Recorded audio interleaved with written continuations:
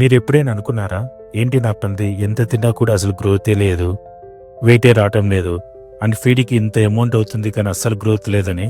మీకిలాంటి issue ఉంటే ఈ video మీకోసమే. రైతులు బాగా కష్టపడతారు.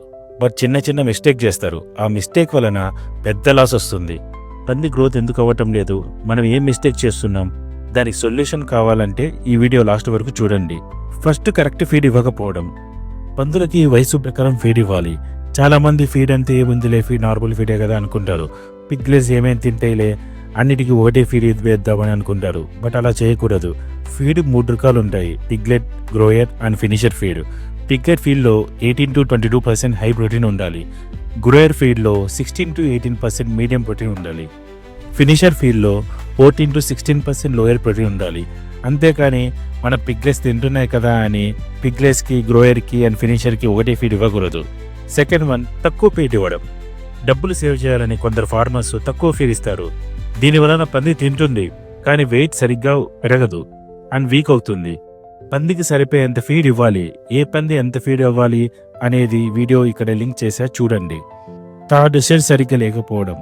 పందుల షెడ్ చాలా ఇంపార్టెంట్. వేడి, చెత్త, తడి ఉంటే పందులు స్ట్రెస్ అవుతాయి. దీని వలన గాలి సరిగ్గా రాకపోవడం, తడి నేల, పందులకి ఎలర్జీ అండ్ చాలా ప్రాబ్లమ్స్ వస్తాయి. డైలీ షెడ్ క్లీన్ చేయాలి. ఎయిర్ సర్క్యులేషన్ బాగా ఉండాలి. పందులకు మొత్తం ఇరుగ్గా పెట్టి స్ట్రెస్ ఫీల్ అయ్యేలా చేయొద్దు.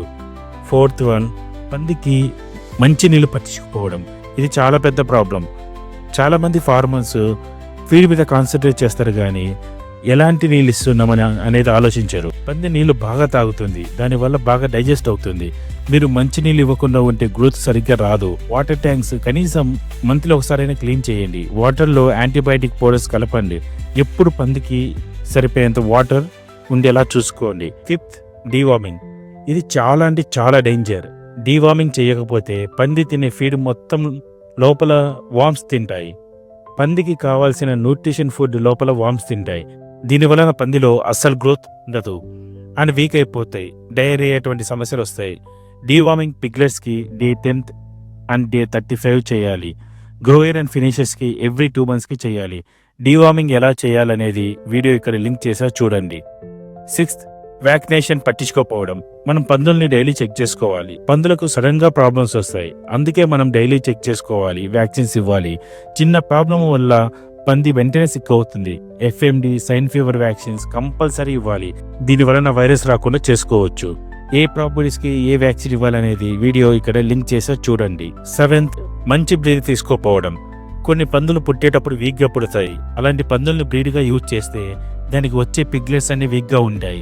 మేల్ అండ్ ఫీమేల్ ఇంబ్రీడింగ్ ఉన్న పందుల్ని అస్సలు కొనకండి. ఎప్పుడైనా బ్రీడ్ కొనేటప్పుడు ఫార్మర్కి ఎన్ని ఫాదర్ మేల్స్ ఉన్నాయనేది కంపల్సరీ చెక్ చేయండి. వాళ్ళ దగ్గర 2 to 3 యూనిట్స్ ఉంటే ఎలా వాళ్ళు ఇంబ్రీడింగ్ లేకుండా చేస్తారు? కొంచెం ఆలోచించండి. ఎక్కువ బ్రీడింగ్స్ యూనిట్స్ ఉన్న వాళ్ళ దగ్గర బాగా చెక్ చేసుకొని ప్రికాషన్ చూసుకొని బ్రీడింగ్ కొనండి. మంచి బ్రీడ్ ఉంటే పందులు వేగంగా పెరుగుతాయి, లేకపోతే మీ ఫామ్ మొత్తం వేస్ట్. ఈ మిస్టేక్స్ అన్ని రిజాల్వ్ చేస్తే మీ పందులు గ్రోత్ బాగుంటుంది అండ్ ప్రాఫిట్స్ బాగుంటాయి.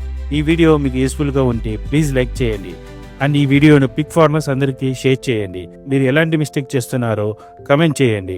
పిగ్ ఫామ్లో మంచి నాలెడ్జ్ కావాలంటే ఈ ఛానల్ని సబ్స్క్రైబ్ చేయండి. న్యాచురల్ పిగ్ ఫామ్ అంటే నమ్మకం. Thank you.